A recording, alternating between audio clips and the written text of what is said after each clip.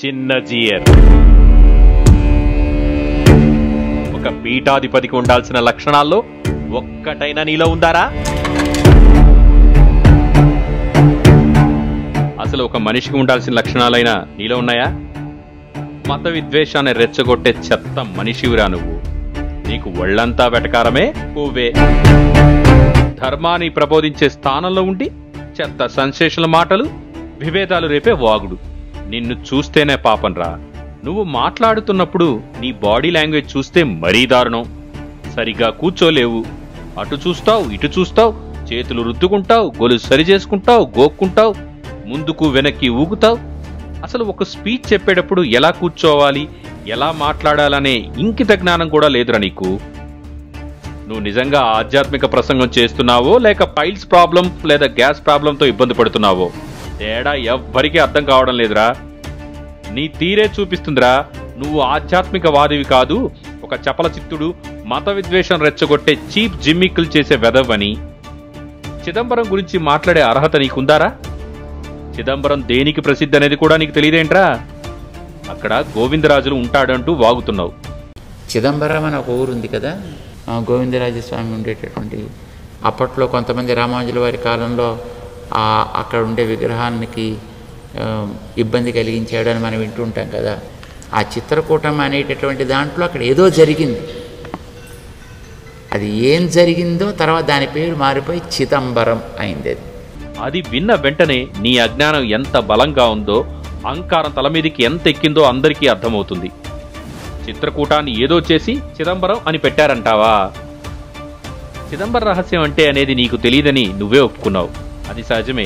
నీలాంటి పాపిష్టి వెధవలకు అలాంటి విషయాలు అర్థం కావు. అది కేవలం పుణ్యాత్ములే వినగలరు, గ్రహించగలరు. చిదంబర రహస్యం అందరికీ డౌట్ అంటావా? ఆ చిదంబర రహస్యం అనేది ఏమిటి అనేటటువంటిది ఇప్పటికీ అందరికీ డౌటే. ఎవరికి తోచినట్టుగా వాళ్ళు దానికి సమన్వయాలు చేస్తూ ఉంటారు. నీ బొంద, నీకు అన్ని డౌట్లే. ఏ విషయంలోనైనా నీకు క్లారిటీ ఉండి చేస్తే కదా ఈ విషయం తెలిసేది. అజ్ఞాన బతుకుతున్నావు కదరా గాడిద. ఎవరికి తోచినట్టుగా వాళ్ళు చెప్పుకుంటారంటావా? నీకు అహంకార జాడ్యం ఎంత బలంగా పట్టుకుందో అర్థమవుతుందిరా. అసలు నిన్ను ఏ చెప్పుతో కొట్టాలో తెలియట్లేదురా.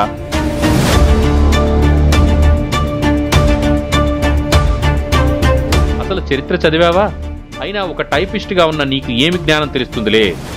కుట్రలతో కుతంత్రాలతో పైకి వచ్చినవాడు ఇలాగే మాట్లాడతాడు.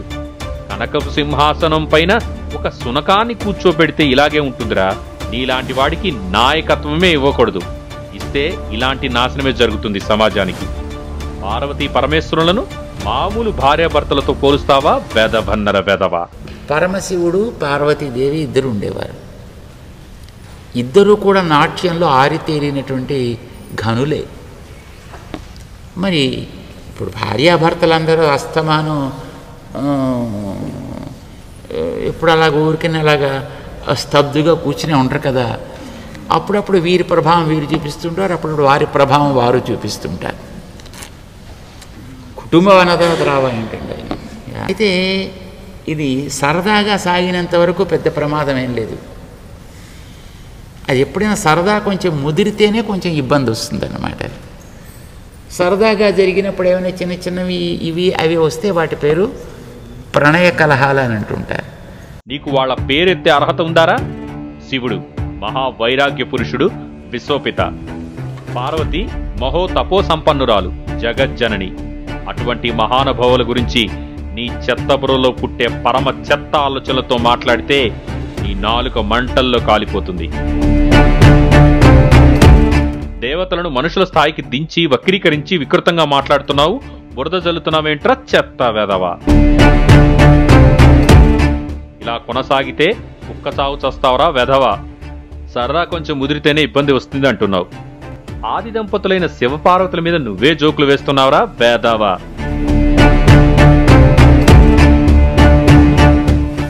వెటకారంగా మాట్లాడతావా? ఇలాంటి మాటలు మాట్లాడితే నీవు శాపగ్రస్తుడవుతావు. పరమేశ్వర నిందక పాతకి. దేవుని నిందించేవాడు మహాపాపి అని శాస్త్రం చెప్పింది. శివనింద పాపినః పతనమే భవతి, శివకీర్తనాన్న తతః పావనం భవేత్. అంటే శివుని నిందించేవాడు పతనం చెందుతాడు. శివుని స్తోత్రం చేసేవాడికి మాత్రమే పాపములు తొలగుతాయని శివపురాణం చెప్తుంది. మార్కండేయ పురాణంలో శివద్వేషీ నర శీఘ్రం యమపాశము పైతీచ అంటే శివుని ద్వేషించేవాడు యమపాశంలో చిక్కకుండా తప్పించుకోలేడని స్పష్టంగా చెప్పింది. అహంత్వా సర్వ పాపేభ్యో మోక్షయిష్యామి మా శుచః, ఏ పాపమునైనా క్షమిస్తాను కాని దైవ నింద చేసిన వాడికి మాత్రం క్షమలేదు అని భగవద్గీతలో కృష్ణుడు అన్నాడు. ఈ సృష్టికే పునాది అయిన ఆది దంపతులను నిందిస్తే అది నీకు కర్మఫలాన్నిచ్చే తీరుతుంది. పోతావురా, నాశనమైపోతావు. నీ అహంకారం, నీ చెత్త ఎటకారం నీ పతనానికి కారణమవుతుంది. ప్రణయ కలహాలంటూ చేతిని అడ్డం పెట్టుకుని చెప్తావేంట్రా సన్నాసి అదవా?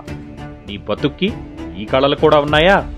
ప్రణయ కలహాలు ప్రేమ పెరగటానికి దోహదపడతాయా? ఎవరి గురించి మాట్లాడుతున్నావురా నువ్వు? వాళ్ల నిస్సంగత్వం గురించి, వాళ్ల వైరాగ్యం గురించి నువ్వు చదివినట్టయితే ఇలా వాగేవాడివా? శాస్త్రజ్ఞానం లేని చండాలపు వెదవా. వాళ్ళిద్దరూ నాట్యం చేయడంలో పోటీ పడ్డారట. అందుకే వీళ్లకంటే గొప్పవాడైన విష్ణువును జడ్జిలాగా రమ్మని ప్రార్థించారట. ఒకసారి పార్వతీదేవికి పరమశివుడికి ఒక పోటీ వచ్చింది. నువ్వు బాగా నాట్యం చేస్తావా, నేను బాగా నాట్యం చేస్తానా? ఇద్దరికీ పోటీ వచ్చింది. మరి పోటీ వచ్చినప్పుడు దాన్ని జడ్జి చేసేవాడు కూడా ఎవడో ఉండాలి కదా. ఆ జడ్జి చేసే వ్యక్తి ఇద్దరికంటే గొప్పవాడై ఉంటేనే వాడు జడ్జి చేయగలుగుతాడు కదా. మరి అలాంటి వాడు ఎవడున్నాడు అని వెతికితే ఆ రోజుల్లో వాళ్ళకి విష్ణుమూర్తి ఒకడే కనిపించాడు. విష్ణుమూర్తి అక్కడికి వచ్చాడు, శుభ్రంగా ఆదిశేషునే పరుచుకున్నాడు. మనవాడు అక్కడ శుభ్రంగా విశ్రమిస్తున్నాడు. మరి ఇప్పుడు ఈయన విశ్రమిస్తుంటే వాడు నాట్యం చేయాలంటే ఎక్కడ నాట్యం చేయాలి? స్వామికి కనిపించేటట్టుగా కదా ఉండాలి. చేత ఆయన పాదాల వైపు ఇద్దరు కూడా నాట్యం చేయడం ప్రారంభం చేశారు. తండ్రి వెళ్ళి కొడుకును ప్రార్థిస్తాడా? నీ మైండ్కు ఈ మాత్రం లాజిక్ తెలియదేంట్రా? రే, ఆ నోటి దూలకు అద్దు అదుపు లేదారా? పార్వతిని ఓడించడానికి శివుడు ఒక ప్లాన్ వేశాడట. అదేంటంటే కాళ్ళు పైకెత్తాట, డ్యాన్స్ చేశాట. ఫ్రీ కదా, తను ఆ పని చేయలేక పార్వతి ఓడిపోయిందట. ఇక పార్వతీ నాట్యం చేస్తుంది, పరమశివుడు నాట్యం చేస్తున్నాడు. ఎవరు ఎవరిని ఓడిస్తారో తెలియకుండా ఉంది. ఇద్దరూ నాట్యంలో నిపుణులే అయి ఉన్నారు. ఏదో ఒక తమాషా చేసి ఓడించాలి అని ఆయన చేసేటటువంటి నాట్యంలో ఒక భంగిమగా త్రివిక్రముడు పాదాన్ని ఎత్తినట్టుగా ఒక్కసారి ఈయన పాదాన్ని ఇలా పైకెత్తాటండి. మరి స్త్రీ కదా, ఆ భంగిమని ప్రదర్శించడానికి అవకాశం లేకపోయింది పార్వతీదేవికి. ఆవిడ పాపం ఆగిపోయింది. ఒరేయ్, నీ మైండ్లో ఎంత చెత్త ఉంది! నీచమైన ఆలోచనలు, కుసంస్కారం. శివుడు గెలిచాడని విష్ణువు డిక్లేర్ చేశాడట. అందుకు శివుడు విష్ణు పాదాల దగ్గర కూర్చున్నాడట.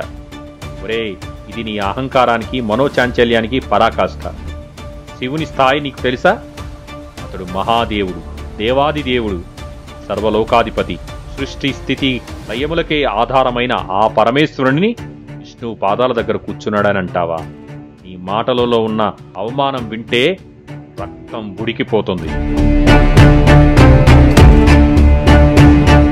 ఏకోహి రుద్రో నా ద్వితీయాయా తస్తే, రుద్రుడు ఏకైకుడు, ఆయనకు సమానుడు ఎవరు లేరని ఇలాంటి మహారుద్రుని దూషించడం సాధారణ తప్పు కాదు.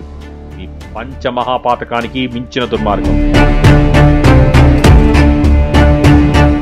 శివం నిందతి మూఢ సయాతి రౌరవం నురణాం.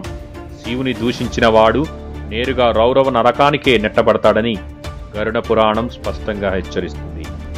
నీ ఈ దుష్ట వ్యాఖ్యలు తప్పకుండా నిన్ను రౌరవాది నరకాల వైపు లాగి తీసుకెళ్తాయి. అక్కడ కుళ్ళిపోతావు, కృషించి కేకలు వేస్తావు. బయటపడే మార్గం ఉండదు. నువ్వు పూజించే విష్ణువే నిన్ను రక్షించడు. దక్షయజ్ఞంలో ఏమి జరిగిందో అదే నీకు జరుగుతుంది.